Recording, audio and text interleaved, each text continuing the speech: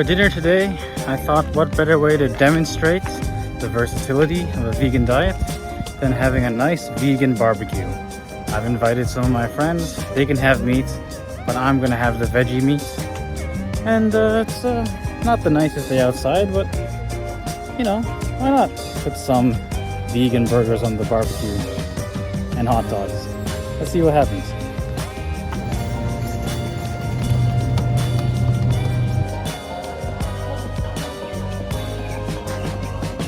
It's cooking, yeah.